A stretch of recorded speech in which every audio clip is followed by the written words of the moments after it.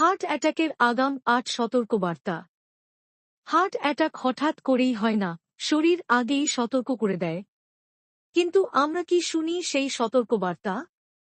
বুকে অস্বস্তি, চাপ লাগা, ভারী লাগা বা হালকা ব্যথা, এগুলো গ্যাস্ট্রিক নয়, হতে পারে হার্টের সংকেত।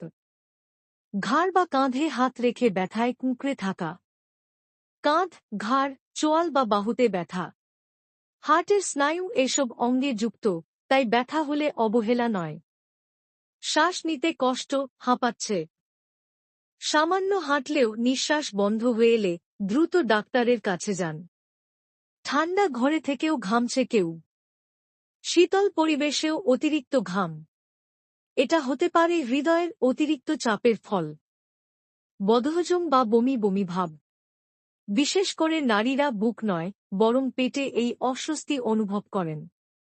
হঠাৎ মাথা ঘোরে বা কেউ পড়ে যায়, মাথা ঘোরা বা জ্ঞান হারানো, কারণ হার্ট হয়তো ঠিকভাবে মস্তিষ্কে রক্ত পাঠাতে পারছে না।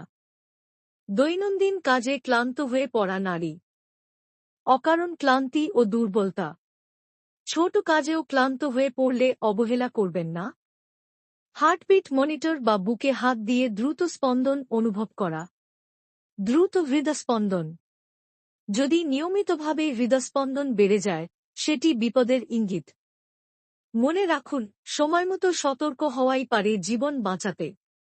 আজই নিয়মিত স্বাস্থ্য পরীক্ষা করুন, সুস্থ থাকুন। হার্টের যত্ন নিন, আগাম সতর্ক হন, সুস্থ জীবন বেছে নিন।